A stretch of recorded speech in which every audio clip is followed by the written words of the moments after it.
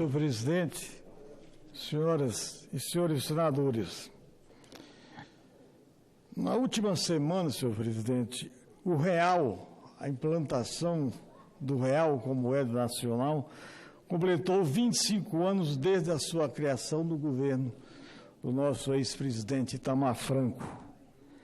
Embora quem tenha mais de 30 anos de idade certamente conheça bem a magnitude do que o plano representou para o Brasil, muitos, do outro lado, os mais jovens, talvez não tenham essa mesma perspectiva. Então, é nosso papel não deixar essa data passar em branco, senhor presidente. É nosso papel resgatar a grandiosidade desse marco histórico em nossas vidas. Depois do advento da Constituição Federal de 1988, talvez a criação do Plano Real seja a nossa maior referência democrática. Afinal, é inegável a intrínseca relação entre economia e democracia. Assim, senhor presidente, no ano de 1994, o país havia passado por décadas de instabilidade monetária. As pessoas já não acreditavam mais que uma moeda pudesse durar tanto. Na crença popular, senhor presidente, uma moeda sem a estabilidade jamais seria alcançada em nosso país. Já era o desejo otimista de muitos brasileiros. O cenário, portanto, era desolador. As expectativas sociais baixas e reinava no Brasil um enorme pessimismo com a economia. Algo que quem tem menos de 30 anos pode ter dificuldade em visualizar aquela realidade. Quando criticamos a economia atual, quando enxergamos um cenário difícil, nem de longe pode haver comparação com o período que precedeu o Plano Real. O cenário econômico da época pode ser resumido em duas palavras: desesperança e desespero. A ideia bem-sucedida, senhor presidente, era que a nova moeda acabasse com a hiperinflação, que em 1993 chegou a 2.000% ao ano. Assim, sob a tutela do ministro da Fazenda, o então senador Fernando Henrique Cardoso, o novo plano também previa mudanças, como uma renegociação da dívida externa, preços e salários livres, além da aceleração do processo de privatização. Senhor presidente, senhoras e senhores senadores, o grande vilão da época, sem dúvida, era a inflação. A noção de que é necessário uma moeda forte para contê-la foi, na prática, senhor presidente, inseminada no intelecto coletivo do povo brasileiro. Foram inúmeras tentativas de moedas: cruzeiro, cruzeiro novo, cruzado brasileiro, cruzado novo, terceiro cruzeiro, cruzeiro real, e isso tudo, senhor presidente, senhoras e senhores senadores, em menos de 52 anos. O Brasil enfrentava mais de meio século de inflação e planos econômicos frustrados.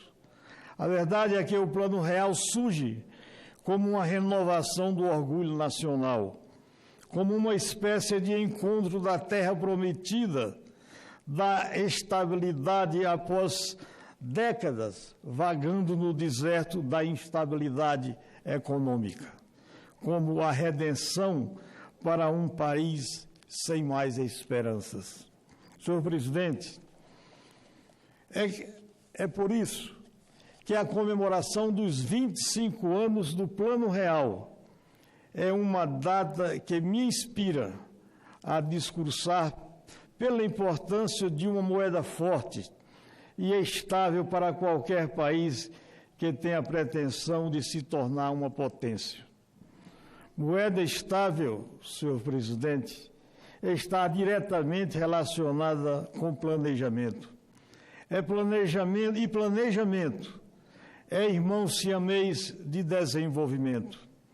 Não há país nem empresa que tenha conseguido se desenvolver adequadamente sem que pudesse programar seus investimentos, formar reservas para cobrir seus gastos, e prever com certa assertiva seus lucros futuros. O advento do Plano Real foi um verdadeiro divisor de águas para a economia brasileira, pois permitiu a inclusão do fator planejamento na vida econômica nacional. Até 1994, o papel do administrador, do economista, do contador no Brasil era muito incipiente, ligado quase que exclusivamente às obrigações fiscais e às exigências legais. Assim, senhor presidente, em 1994, com o Plano Real, tivemos a estabilidade da economia brasileira. Só a partir daí, os setores produtivos brasileiros passaram a trabalhar, de fato, com programação financeira. Em época de inflação galopante, não é possível planejar nada. Ninguém negocia uma venda futura. Ninguém se compromete a comprar nada no futuro. Estoques são sempre uma variável problemática. Não é possível, portanto, manter uma cadeia de produção contínua. Apesar de existir desde 1900, no Brasil podemos considerar que a contabilidade moderna, a contabilidade financeira, só floresceu por aqui depois da estabilização da moeda nacional, só depois do Plano Real, permitindo a economia de escala e competitividade global.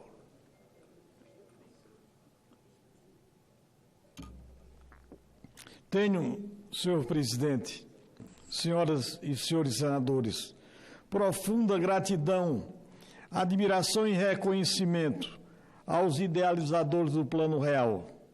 Embora o ex-presidente Fernando Henrique Cardoso e o ex-ministro Rubens Recupero tenham desempenhado papéis decisivos na formulação desse plano econômico.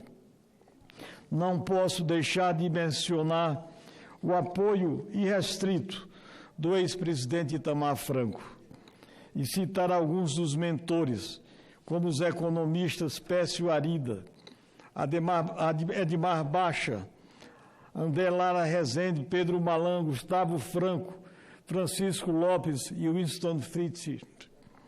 Toda a equipe econômica envolvida nesse projeto permitiu que o futuro deste país pudesse ser minimamente planejado. Assim, senhor presidente, senhoras e senhores senadores, hoje o país encontra dificuldades de equacionar as contas públicas, o que prejudica os investimentos. A economia tem grandes desafios, como a estagnação e alta taxa de desemprego, mas a situação é diferente atualmente. Conseguimos vislumbrar possíveis soluções para os problemas enfrentados. É isso que a equipe econômica do governo, sob o comando do ministro Paulo Guedes, vem buscando por meio de medidas e reformas importantes para o país. Não posso deixar de citar a aprovação, em primeiro turno, senhor presidente, como é do conhecimento de todos desta Casa e do Brasil, da reforma da Previdência, com uma votação expressiva de 379 votos favoráveis na Câmara dos Deputados. Essa aprovação, senhor presidente, significa uma grande vitória para o Brasil, um grande passo para a retomada do crescimento, dos investimentos e do equilíbrio das contas públicas. É uma vitória para toda a população e principalmente para gerações futuras. Nessa oportunidade, senhor presidente, senhoras e senhores senadores, por dever de justiça, eu gostaria de ressaltar a importância do presidente da Câmara dos Deputados, o deputado Rodrigo Maia, que com muita maestria e com muito discernimento e desprendimento articulou sobremaneira as lideranças de todos os partidos com assento na Câmara dos Deputados, para que nós viéssemos a ter esse desempenho favorável a essa reforma reclamada por todos. Senhor presidente, a última semana já está marcada por grandes realizações. O Senado Federal, em uma ação proativa do presidente Davi Alcolumbre, apoiada por mais de 65 senadores, apresentou a PEC da reforma tributária, a PEC número 110 de 2019, que está na Comissão de Constituição e Justiça com a relatoria do nobre colega senador Roberto Rocha. Fui, como muitos aqui, todos que estão presentes, subscreveram aquela PEC. E já deixo aqui o meu total apoio para trabalhar nesta outra grande reforma, que irá destravar e desburocratizar a economia nacional, facilitando a abertura de novas empresas e a geração de empregos, como disse aqui Vossa Excelência Exalci e também o nobre senador e líder Álvaro Dias. Não dá mais, senhor presidente, para conviver com tantos impostos e tantas legislações diferentes nos 3 níveis de nossa federação. As medidas econômicas, senhores e senhoras senadores, não se resumem a essas 2 fundamentais reformas. Destaco aqui outras conquistas do governo no primeiro semestre deste ano, que foi a assinatura do Acordo de Livre Comércio entre os países do Mercosul e a União Europeia, medida que derrubará mais de 90% das tarifas nos intercâmbios entre os 2 blocos. O Mercosul e a União Europeia representam somados um PIB de cerca de 20 trilhões de dólares, aproximadamente, senhor presidente, 25% da economia mundial, e um mercado de aproximadamente 780 milhões de pessoas. Assim, senhor presidente, e por fim, destaco também a medida provisória 881 deste ano, editada no fim de abril, que foi denominada como MP da Liberdade Econômica. Essa medida visa, como disse Vossa Excelência e outros senadores que me antecederam, esta medida visa reduzir burocracia para a iniciativa privada, diminuindo os obstáculos ao empreendedorismo, propiciando dessa forma a geração de empregos, renda e inovação.